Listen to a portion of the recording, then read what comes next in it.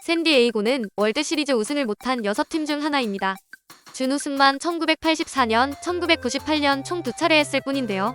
나머지 우승 트로피가 없는 5개 팀은 텍사스, 템파베이, 밀워키, 콜로라도 그리고 시애틀입니다. 그나마 위안거리는 시애틀 메리너스는 1977년 창단 후 45년간 단 한 번도 월드시리즈 진출조차 하지 못했다는 것이죠. 샌디에이고도 준우승 경험은 있지만 1969년 창단 이후 53년간 우승 경험이 없어 앞서 월드시리즈 우승을 하지 못한 6팀 중 텍사스 다음으로 가장 오랜 시간 동안 우승하지 못한 팀입니다. 그만큼 우승이 간절하겠죠. 마차도도 2019년 샌디에이고와 10년간 3억 달러 계약을 체결할 때 계약 기간 동안 지구 라이벌 LA 다저스보다 먼저 월드시리즈를 우승하겠다고 한 까닭도 이러한 샌디에이고의 한을 잘 알고 있었기 때문입니다. 물론 이상과 현실은 많이 다르지만요. 하지만 올해는 머스케진 마차도를 위로해줄 수 있을 만큼 샌디에이고의 분위기가 심상치 않은데요. 단기전인 포스트 시즌의 특성상 기존의 전력 외에 형언할 수 없는 우주의 기운이 뒷받침되어야 우승의 여신이 미소를 짓게 되는데요. 아무리 돈을 쏟아부어도 LA 다저스나 뉴욕 양키스가 밥 먹듯이 우승하지 못하는 이유가 여기에 있는 것이죠. 올해는 그 기운이 샌디에이고에 꽤나 유리하게 작용하고 있는 것 같습니다.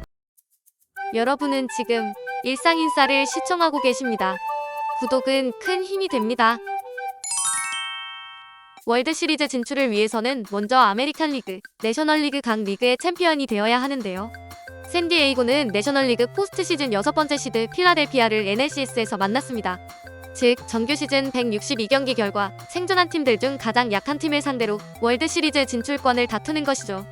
그나마도 올해 제도가 바뀌어서 와일드카드 3위까지 가을 야구 티켓이 주어진 것이지 작년까지만 해도 포스트 시즌 진출조차 하지 못하는 순위의 팀과 경쟁하게 된 것입니다. 그나마 NLCS 시리즈 시작 전 필라델피아의 우세를 점쳤던 쪽의 주장에는 경기 일정상 필라델피아의 원투펀치 휠러와 놀라가 2차례씩 등판할 수 있다는 것이 주요 논리였는데요. NLCS 1차전에서 샌디에이고 타선이 휠러에 꽁꽁 묶일 때 이 말이 현실이 되는 것 같았습니다. 하지만 샌디에이고의 친형 놀라가 있는 또 다른 필라델피아의 원투펀치 놀라는 달랐습니다.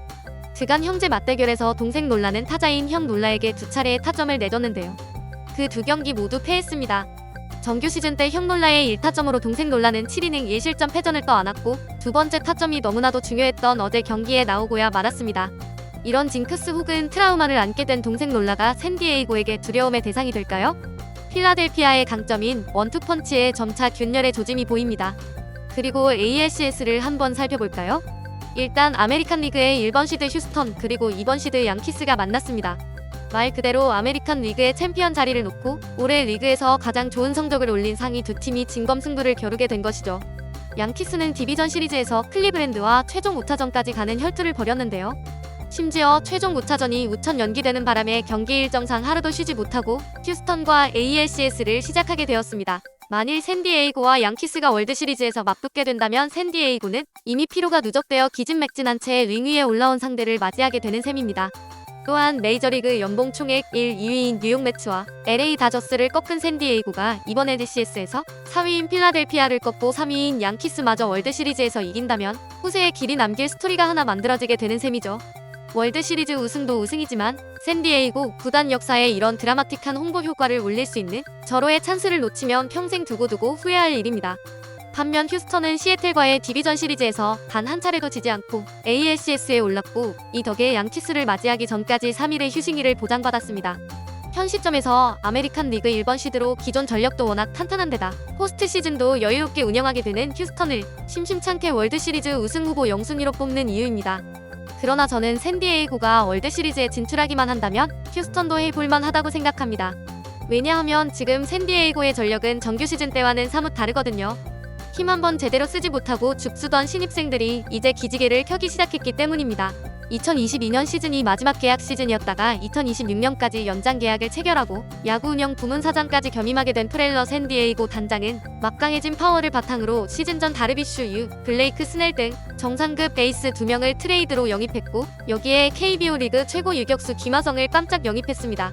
타티스 주니어의 하차가 예상치 못한 흠이었지만 어쨌든 투자한 만큼 포스트 시즌 꿈이 점차 무르익어가자 프렐러는 시즌 중 트레이드 마감 시한 직전에 워싱턴 내셔널스와의 트레이드를 통해 후안 소토와 조시 벨을 영입하고 신시내티로부터 브랜든 드루리 그리고 활용 점정으로 밀워키 마무리 조시 헤이더까지 데려옵니다. 과연 파격적인 선수 트레이드 및 정리로 매드맨이라 괜히 불렸던 게 아니었구나 싶을 정도로 깜짝 놀랄만한 프렐러 샌디에이고 단장의 뉴스였는데요. 하지만 막상 뚜껑을 열어보니 트레이드 이전 60승 47패의 성적을 올리던 팀이 엄청난 선수들을 영입하고 나서는 오히려 29승 26패를 기록하며 결국 89승 73패의 성적으로 시즌을 마무리 지었습니다. 그나마 트레이드 직후 37경기까지도 18승 19패로 승률 5할에 미치지 못하다가 시즌 막판 포스트 시즌 진출권을 차지하기 위해 매 경기를 월드시리즈급으로 집중한 덕에 간신히 회복한 수치입니다. 그렇게 천신만고 끝에 올라간 포스트 시즌. 매 맞던 투수 헤이더는 원터처블 삼진 기계가 되었고 포스트 시즌 경험이 없던 조시 벨도 홈런과 익살스러운 세레머니로 팀 분위기를 업시켜주고 있으며 2019년 월드시리즈에서 휴스턴의 운갓 에이스 투수들을 상대로 3할 3푼 3리 3홈런을 쳐내 워싱턴을 우승으로 이끌었던 후안 소토는 말할 것도 없습니다. 심지어 어제는 드루리가 15타수 1안타에 침묵을 깨고 4대0에서 타선을 일깨우는 추격 홈런 그리고 역전적 시타를 때려내 NLCS 2차전의 주역으로 올라섰습니다. 자, 샌디에이고에 점차 우주의 기운이 스멀스멀 몰려오고 있다는 게 느껴지시나요? 김하성은 국내 KBO 리그에서 단 한 번도 우승을 경험해보지 못했습니다. 그도 그럴 것이 그의 소속팀 키움 히어로즈는 현재 리그 10개 팀 중 유일하게 한국 시리즈 우승을 해보지 못한 팀이니까요. 키움 히어로즈는 준우승만 2014년, 2019년 딱 2차례 경험했습니다. 샌디에이고와 무척 닮아 있지 않나요? 특히 2019년 두산과의 한국 시리즈에는 김하성 선수도 키움의 주축 선수로 경기를 뛰었는데요. 최종 결과 4대0으로 두산에 셧아웃 당했습니다. 즉, 한국 시리즈 경험은 있지만 승리해본 기억은 없는 것이죠. 1903년 보스턴과 피츠버그 간 대결에서 당시 보스턴의 1-3발 사이 영의 첫 투구로 시작된 월드 시리즈의 역사.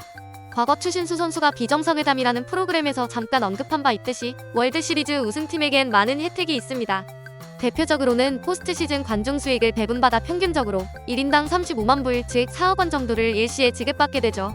그러나 정작 월드 시리즈 우승을 경험해 본 선수들이 가장 값지게 생각하는 것은 월드 시리즈 반지입니다.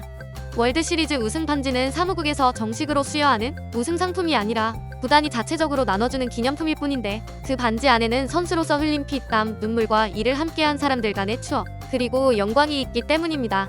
최근 김병현 선수가 과거 선수 시절 메이저리그 우승 반지 2개를 실제로 꺼내놓은 적이 있는데요. 다른 선수의 다른 반지를 볼 기회가 곧 있을 줄 알았는데 류현진과 최지만 선수가 번번이 문턱에서 좌절하게 되었습니다.